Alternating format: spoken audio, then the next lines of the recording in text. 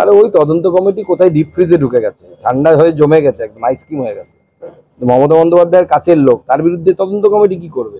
উনি নিজের দলের নেতাদেরকে হায়না বলেছেন কিনা আমার জানা নেই, কারণ এই বীরভূমের বাঘ, সোকল্ড বাঘ, সেই খাঁচার ভেতরে ঢোকার ফলে তৃণমূল কংগ্রেসের প্রচুর উচকে নেতা তারা লাফালাফি করে তার জায়গাটা নিয়েছিল, অনুব্রত মণ্ডলের জায়গাটা নিয়েছিল।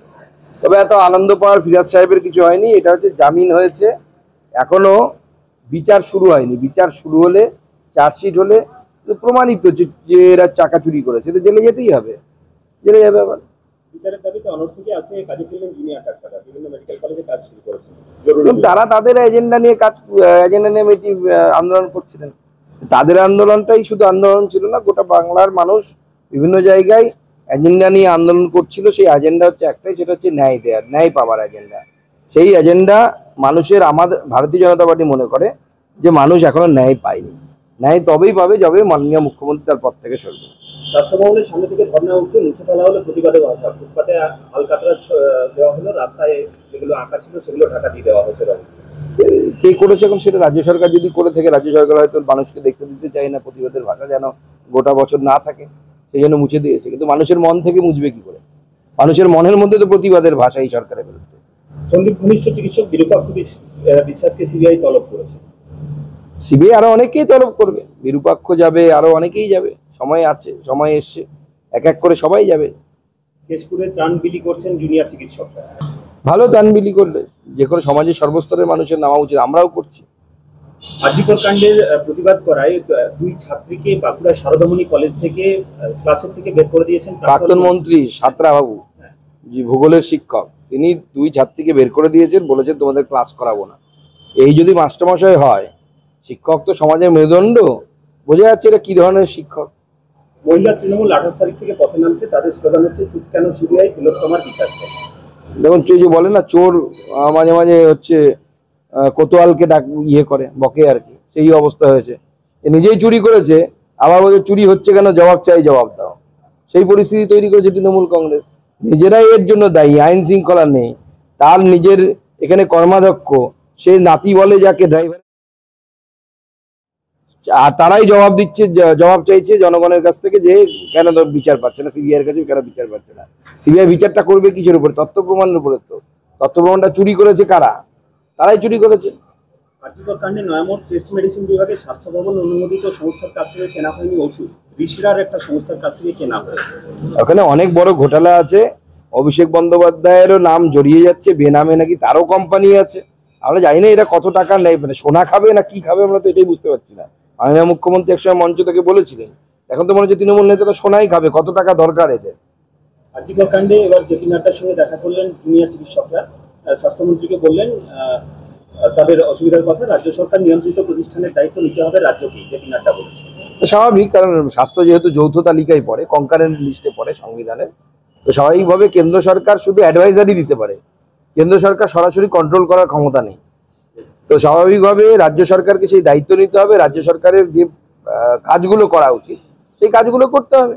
2021 সালে সন্দীপ ঘোষের বিরুদ্ধে একটা তদন্ত কমিটি তৈরি হয়েছিল, গত 3 বছরে একবারও বৈঠক হয়নি। আর ওই তদন্ত কমিটি কোথায় ডিপ ফ্রিজে ঢুকে গেছে, ঠান্ডা হয়ে জমে গেছে, একদম আইসক্রিম হয়ে গেছে। মমতা বন্দ্যোপাধ্যায়ের কাছের লোক, তার বিরুদ্ধে তদন্ত কমিটি কি করবে? কেন্দ্রীয় জলশক্তি মন্ত্রক চিঠি দিয়ে অভিযোগ খারিজ করলো, রাজ্যের অভিযোগ একতরফা নয়, রাজ্যকে জানিয়ে জল ছাড়া হয়েছে, তেমনটাই দাবি। সবসময় রাজ্যকে জল ছাড়ায়, জানিয়ে জল ছাড়া হয়, এবং আপনি জল ছাড়ার পরিমাণটা দেখে নিন না। কোথায় পশ্চিমবঙ্গের যে বাঁধগুলো তারা কত জল ছাড়ছে, আর ঝাড়খণ্ড কত জল ছাড়ছে। লোকের ঘাড়ে দায় দিয়ে কতদিন এইভাবে বাঁচবেন? অন্যের গালে বন্দুক রেখে ফাটাচ্ছেন মমতা বন্দ্যোপাধ্যায়। নিজে দায়টা নিন। আপনার কংসাবতীর বাঁধ কতদিন, কবে সংস্কার হয়েছিল? এখানে যে বাঁধগুলো আছে, যেখানে জল রিজার্ভার আছে, সেইখানে রাস্ট কবে সংস্কার হয়েছিল, কবে পলি তোলা হয়েছিল?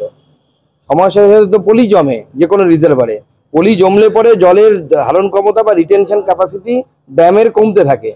আপনাকে তার জন্য নিয়মিত সেই সরকারকে, যে সরকারের আন্ডারে বাদ, তাকে সেই পলি তুলতে হবে, তবে আপনার জল ধারণ ক্ষমতা বাড়বে বা একই থাকবে, কমবে না। অ্যাটলিস্ট পশ্চিমবঙ্গ সরকার করছেই না। রাজ্যের মেডিকেল কলেজগুলিতে বেফার রোগ এখনো অব্যাহত। কল্যাণী মেডিকেল থেকে আজকে আরজিকরে একজনকে রেফার করা হচ্ছে, যাকে নিয়ে তোলপাড়। প্রত্যেক জেলা হসপিটালে, সুপার স্পেশালিটি হসপিটাল বলুন, জেলায় জেলায় যে মেডিকেল কলেজ ব্যাঙের ছাতার মতো যেগুলোকে তৈরি করেছে মমতা বন্দ্যোপাধ্যায় বলুন, সেখানে শুধু নীল সাদা বিল্ডিং তৈরি হয়েছে, ইনফ্রাস্ট্রাকচার বলে কিছু নেই। স্বাভাবিকভাবে ডাক্তারবাবুরা তারা রেফার করতে বাধ্য হচ্ছেন, এবং এই রেফার রোগে আক্রান্ত স্বাস্থ্য ডিপার্টমেন্টের সবার আগে ট্রিটমেন্ট দরকার। আমাদের স্বাস্থ্যমন্ত্রী সর্বত্রভাবে ব্যর্থ, মমতা বন্দ্যোপাধ্যায় ব্যর্থ। সেই জন্য ভারতীয় জনতা পার্টি তাদের যে দাবি দফা এক দাবি এক মমতার পদত্যাগ, তা নিয়ে সামনের দিকে এগিয়ে যাচ্ছে। জুনিয়র চিকিৎসকরা আজ সুপ্রিম কোর্টে আবেদন জানিয়েছেন যাতে এই তিলোত্তমা মামলার শুনানি পিছিয়ে দেওয়া হয়, 27 তারিখের বদলে 30শে সেপ্টেম্বর শুনানি করা হয়। দেখুন, আদালত তার নিয়ম মতো কাজ করবে, কিন্তু সুপ্রিম কোর্ট সুমোটো এই মামলাকে নিয়েছে। আমরা সুপ্রিম কোর্টের দিকে তাকিয়ে আছি, আশা করছি খুব ভালো বিচার পাবো। বাংলার মানুষ তাকিয়ে আছে সুপ্রিম কোর্টের দিকে বিচারের আশায়, কিন্তু সুপ্রিম কোর্টকে ব্যবহার করে এই অপরাধীরা, এই কপিল সিব্বলের মতো লোকেরা কোটি কোটি টাকা নিয়ে বাংলার মানুষের এই দোষীদেরকে যেন বাঁচাতে না পারে।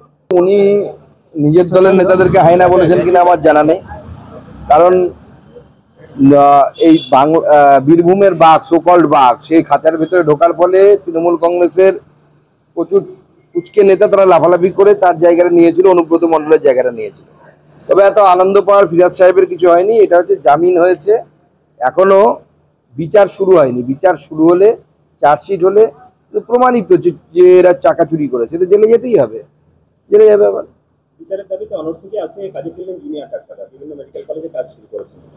তারা তাদের এজেন্ডা নিয়ে আন্দোলন করছিলেন। তাদের আন্দোলনটাই শুধু আন্দোলন ছিল না, গোটা বাংলার মানুষ বিভিন্ন জায়গায় এজেন্ডা নিয়ে আন্দোলন করছিল। সেই এজেন্ডা হচ্ছে একটাই, সেটা হচ্ছে ন্যায় দেওয়ার, ন্যায় পাওয়ার এজেন্ডা। সেই এজেন্ডা মানুষের, আমাদের ভারতীয় জনতা পার্টি মনে করে যে মানুষ এখনো ন্যায় পায়নি। ন্যায় তবেই পাবে যবে মাননীয় মুখ্যমন্ত্রী তার পদ থেকে সরবে। স্বাস্থ্য ভবনের সামনে থেকে ধর্ণা উঠে মুছে ফেলা হলো প্রতিবাদের ভাষা, ফুটপাতে আলকাতরা দেওয়া হলো, রাস্তায় যেগুলো আঁকা ছিল সেগুলো ঢাকা দিয়ে দেওয়া হয়েছে। কে করেছে এখন সেটা রাজ্য সরকার যদি করে থাকে, রাজ্য সরকার হয়তো মানুষকে দেখতে দিতে চায় না প্রতিবাদের ভাষা যেন গোটা বছর না থাকে, সেই জন্য মুছে দিয়েছে। কিন্তু মানুষের মন থেকে মুছবে কি করে? মানুষের মনের মধ্যে তো প্রতিবাদের ভাষা এই সরকারের বিরুদ্ধে। সন্দীপ ঘনিষ্ঠ চিকিৎসক বিরূপাক্ষ বিশ্বাসকে সিবিআই তলব করেছে। সিবিআই আরো অনেকেই তলব করবে, বিরূপাক্ষ যাবে, আরো অনেকেই যাবে, সময় আছে, সময় এসছে, এক এক করে সবাই যাবে। কেশপুরে ত্রাণ বিলি করছেন জুনিয়র চিকিৎসকরা। ভালো, ত্রাণ বিলি করলে যে কোনো সমাজের সর্বস্তরের মানুষের নামা উচিত, আমরাও করছি। আজিকর কাণ্ডের প্রতিবাদ করায় দুই ছাত্রীকে বাঁকুড়া সারদামণি কলেজ থেকে ক্লাসের থেকে বের করে দিয়েছেন প্রাক্তন মন্ত্রী সাঁতরা বাবু, যে ভূগোলের শিক্ষক, তিনি দুই ছাত্রীকে বের করে দিয়েছেন, বলেছেন তোমাদের ক্লাস করাবো না। এই যদি মাস্টারমশাই হয়, শিক্ষক তো সমাজের মেরুদণ্ড, বোঝা যাচ্ছে এটা কি ধরনের শিক্ষক। মহিলা তৃণমূল 28 তারিখ থেকে পথে নামছে, তাদের স্লোগান হচ্ছে চুপ কেন সিবিআই, তিলোত্তমার বিচার চাই। দেখুন, যে বলে না চোর মাঝে মাঝে হচ্ছে কোতোয়ালকে ডাক করে বকে আর কি, সেই অবস্থা হয়েছে।